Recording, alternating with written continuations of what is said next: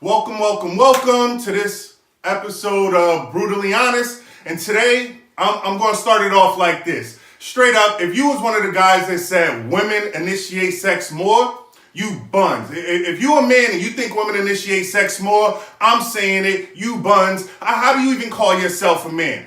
Women, do you even like your men that sensitive? I'm going to start with there. Some of the other things I'm going to be talking about today is actions that lead to sex. I mean, we're not going to just talk about who initiates it, and then we're going to talk about some of the things that actually goes along with that. Then I'm going to move it over to a little bit more inspirational. I want to talk about the power of the pen. I've been talking to a lot of people, and I think, if you're one of those people that you feel like you can't trust people, you don't have anybody to talk to, you're definitely going to want to stay tuned in for that topic and hear some of the advice that I'm giving on that, as well as momentum. Once you got it, looking back is going to be the worst thing you can do. And we're going to talk about that as well. But I'm your boy, Brutal Keith. And starting it off, like I said, I'm jumping right into who initiates sex more, men or women. And honestly, I put that out there as a post and got a lot of comments on it, not just from my page, but also in groups. And I have to say, I was a little bit shocked right by the response. I mean, ultimately it came out the way I thought it would somewhat, but I was just shocked at the numbers. Ultimately, in doing it, what I found out is this.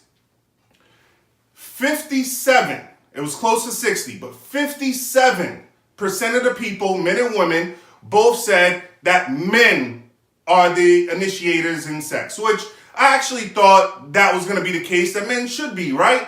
But I actually thought that number was going to be a lot higher. Now, out of that 57 that said it should be men, 42% said women.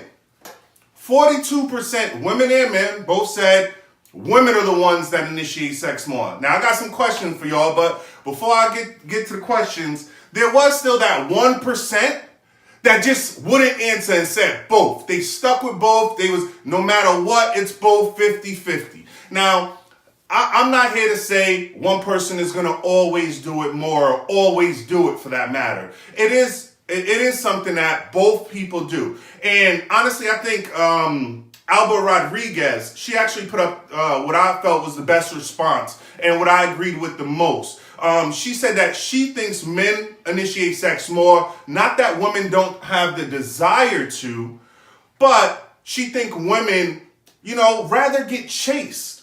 Now, call me old-fashioned, call me traditional, but in all honesty, that's one of the main reasons why I said those guys that said women initiate sex more are not men. It's because, honestly, it is a chase. And I'm not saying it's a game. I mean, it can be one if you make it that. But at the end of the day, women like to let you know, I'm interested, but I'm not going to just come up to you. Maybe in 2019 they will. There's a lot of independent women out there that are just doing what they want, and I'm not knocking it. But the majority of the women still love the chase. They still want to know, as a man, you want them. And you're going to show it. You're going to do something to show them. That's that initiation. That's that let me go after her. Now, my cousin Eric also posted on a comment on the topic, and he actually said something that sort of made me think a little bit about this topic a little bit more vaguely. And he said that sometimes a woman can initiate. And he was one of the guys that said women, but he said he thinks the reason why women initiate more is because just when she get pretty, just when she gets sexy, when she do herself right, makeup, looking good and stuff like that, that right there is the initiation. That spark that made you want to go over there and talk to her, get with her, anything. And that's what he was saying. That right there is initiation. She did something that was going to get attention and cause action. And ultimately, I sort of agree with him on that, in that sense of a girl getting dressed up or a girl getting herself right for you is a way of initiation. If you've been in a relationship with your girl for a few years and, normally she dressed regular for work, maybe she's a nurse, she wears scrubs, but she came home, she put on a dress, she put on, heels, she want to go out and look nice for you. That is her way of initiating it, saying, this is what I'm doing for you. But as men, I think we're more of the aggressors. I think we're more about the action than it is about the emotion and the words and things that go along with that. I think we're more about the action. So I think when it comes not time to do the action, we should be the ones setting the tone. We should be the ones doing it the majority of the time. And all I'm saying is this, and this is just me personally. If I have sex 100 times, best believe at least 51% of those times, I initiated it. I started it. Now, I'm not going to say it's 100%, and my number is probably more like 75-25. But at the end of the day, I believe if as a man, if you think women initiate sex, and I mean, you feel comfortable with that, how are you okay with being a man? And ladies, if you agree that women are more of the initiators, I guess you more of the aggressor, and you might have, you might actually have a bunch of guys might be slightly intimidated, and that might be why you feel like you have to be the one. But I'm here to tell you, there is a man out there that's not going to wait around for you to do it, especially if he know as a man he should. And that's where I'm going to sort of leave that. Stitch also said in one of our past shows, and I sort of agree with this on this topic, that one creates the fire, the other one has to keep it burning. And with that, regardless if you're the man, if you're the woman, and again, whoever does it more in your situation. I'm not here to knock anybody's situation. I'm just saying I don't agree with it. If you're the one that initiates, then your partner is the one that's got to keep it going.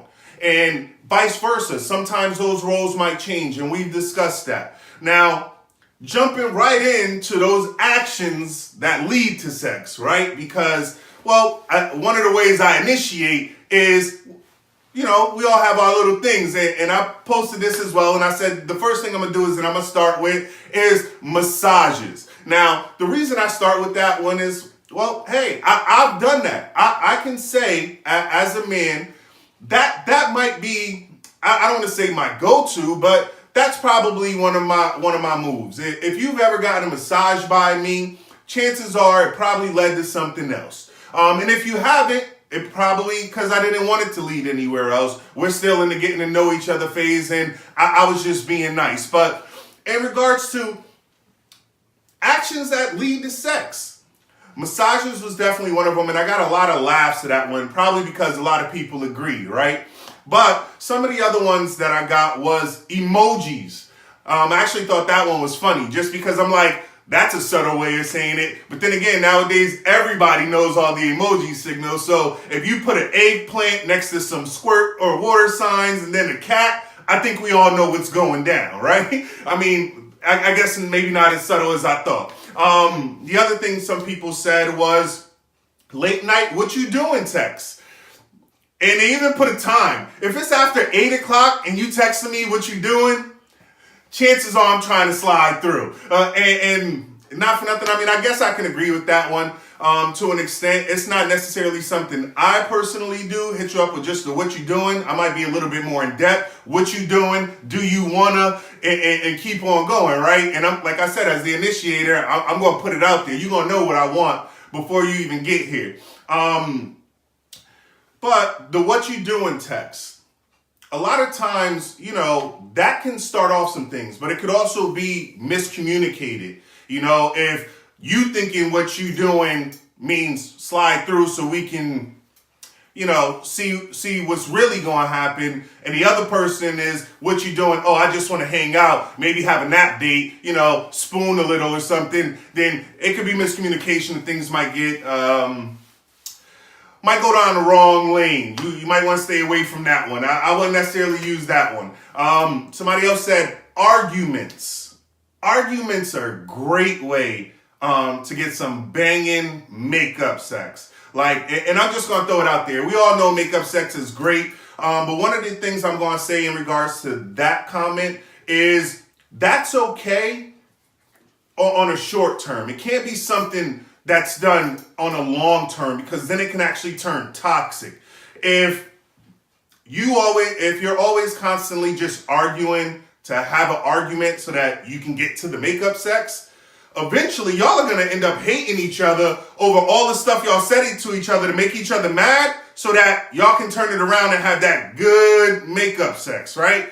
You're going to end up hating everything but the sex, and it's not going to last. I promise you, I've been down that road. I've enjoyed it, but long term, it definitely was toxic. It wasn't something that I wanted to have for the rest of my life, and something that I probably would stay away from knowingly. You know what I mean? It's not something that I would do anymore intentionally just to have good makeup sex. So just keep that in mind. But arguments are definitely one way. It can be.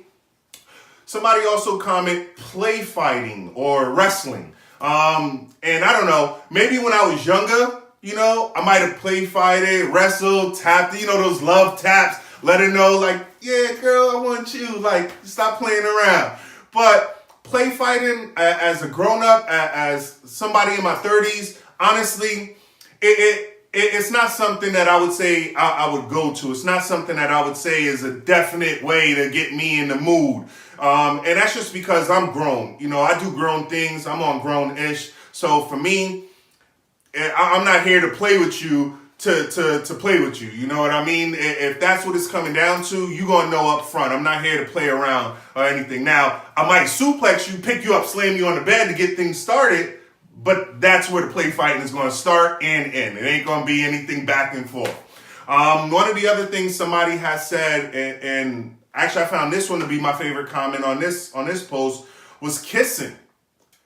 I mean, it's classic, right? Just a straight up makeout session. Getting to know somebody, feeling that vibe, feeling that connection, and then from there, kissing, leading from kissing into more things. And that actually goes right into the next comment, which was foreplay. Somebody said foreplay, which, do people even do that anymore? Nowadays, it's all about just getting it over with. I want in, I want out, thanks, see you later, or whatever the case may be. Do people even still do foreplay? Me personally, I think kissing and foreplay is a major part in it. And it definitely sets the mood for what's about to happen next. So I think that one, out of everything, was my favorite. Now, from there, somebody said paying a bill. I guess if you're in a relationship with somebody and they need some help and you're helping them out, that's your girl, you're taking care of her, or that's your man, you're taking care of him, and y'all paying, y'all helping each other out, paying bills. I guess that'll get you some, that's sort of like that, well, how those memes go, who got $40, right? Who got $40? But to me, that just feels more like pay to play. And I honestly, I'm not down with that one. So for me, I strike that one from the list, but it was mentioned, so I wanted to throw it out there on the show just because there might be other people thinking about that. And don't get me wrong, I'm not knocking anybody, but personally, I'm not down with pay for play. If you're really feeling somebody and y'all have a connection and a vibe, I think it'll happen naturally. I don't think money or anything like that needs to be involved. And then the last one that I got, and actually I thought this one was funny because we actually spoke about this on our show previously, was the Netflix and chill. Now, Netflix and chill doesn't always mean smashing, but in 2019, if I'm hitting you up through Facebook and we never actually chilled and we just meeting up for the first time, or maybe it's our second time, maybe we did a meet and greet and now, you ready to come by or you inviting me over. If I ask you if you want to Netflix and chill and you down, I'm going to assume, and maybe it's the wrongest part of me to assume, right? We know what that makes you. But chances are you want more than just watching the movie and actually chilling. You didn't come over here to lay in my bed to just pick a movie, watch Bird Box with the eyes closed and not want to do anything else. But I don't want to stick on that too long. Those are just things that people commented, and I wanted to go through because those are all great things, and we all know what leads to sex. Honestly, the best response is communication. Speak about what you want with your partner. Let them know so that there's no miscommunication, no misunderstandings, and no mishaps, period.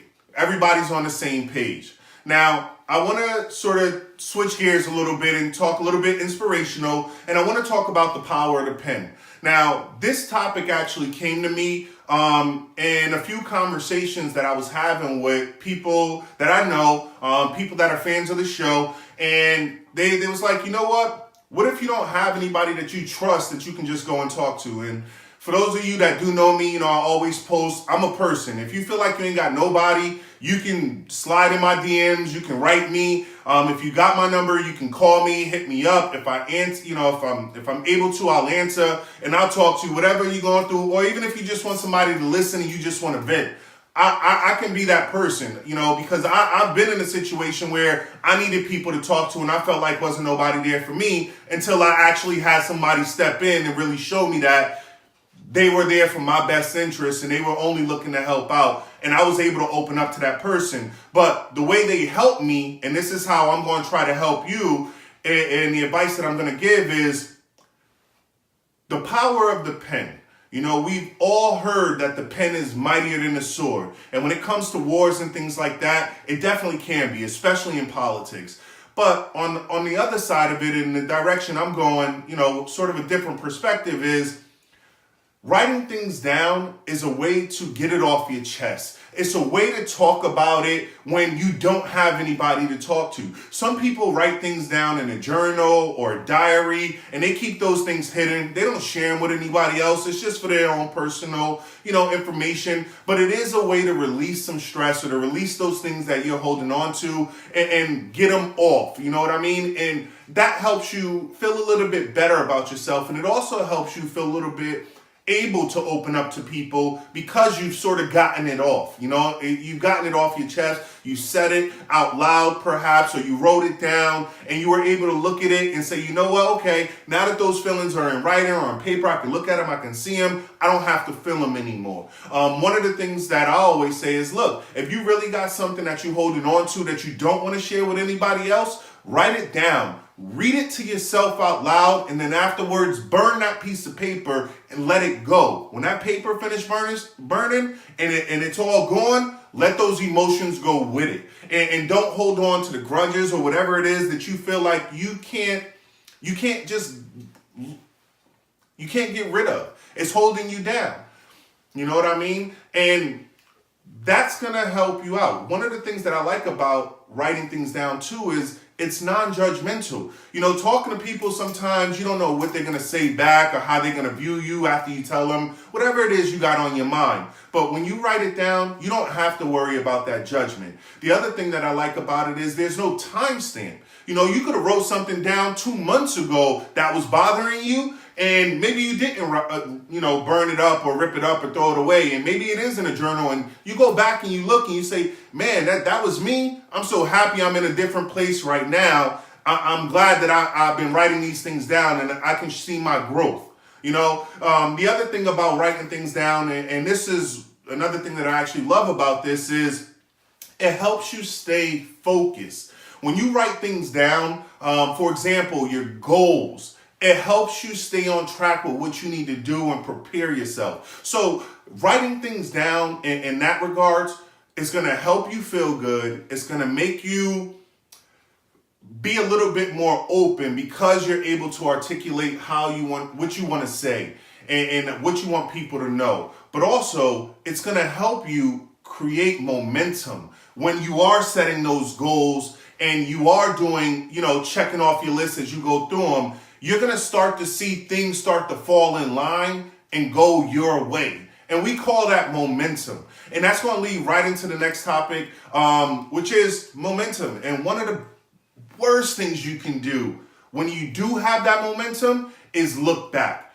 And what I mean by that is when you have momentum, it's great. You feel the rush. Everything almost feels perfect. Like can't nothing go wrong. And a lot of times, we start to, once things are going, we start to realize, man, it's actually starting to slow down and we don't know why. Or we get to a point to where we felt like, man, everything was just going so smooth and then we hit a wall. And we always wonder, like, man, what happened? What was going on? And for some people, you know, you could say outside distractions, and other people might have got you out of that zone. And honestly, I say that's on you. If you let other people distract you from your goals, then how passionate were you about your goal to begin with? And that's another conversation, another topic. But when you look at yourself and you say, man, how did I stop the momentum if everything was going so smoothly? One of the things we do to ourselves is we look back to measure. We look back to see how far we've actually come.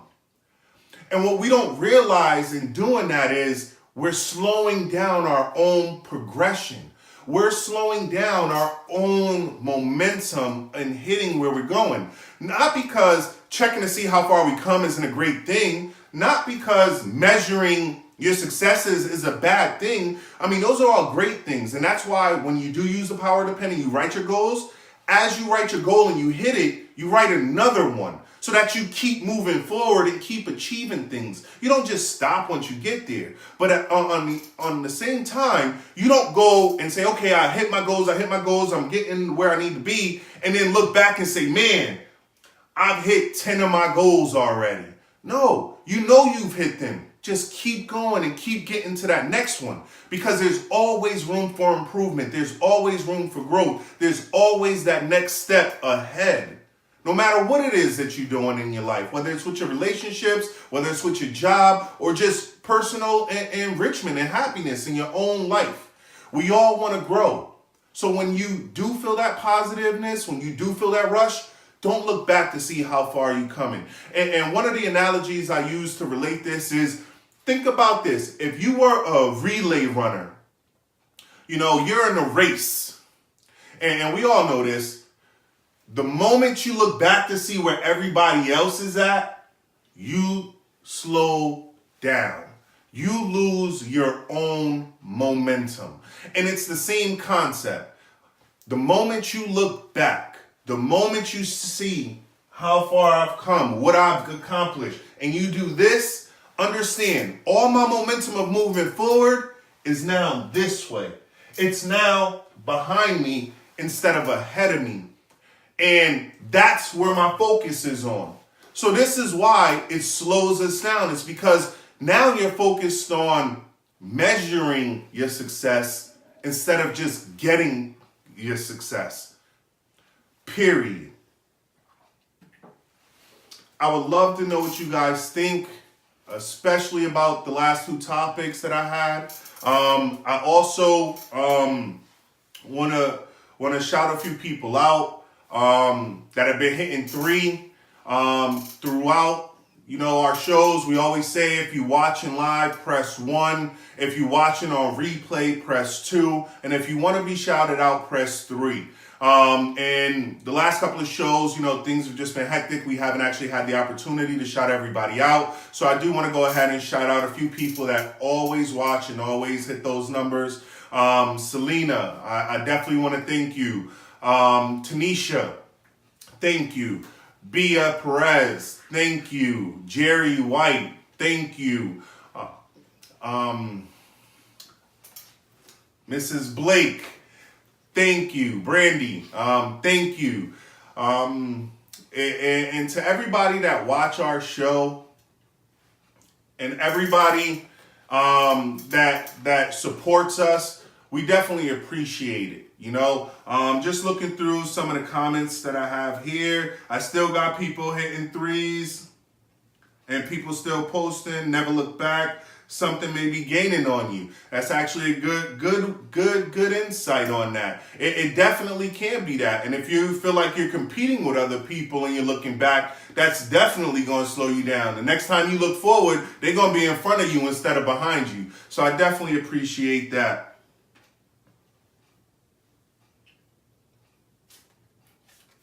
Okay. And to basically close it off, I also want to thank my partner in crime. He ain't here with me today, but Stitch, I know you watching the show.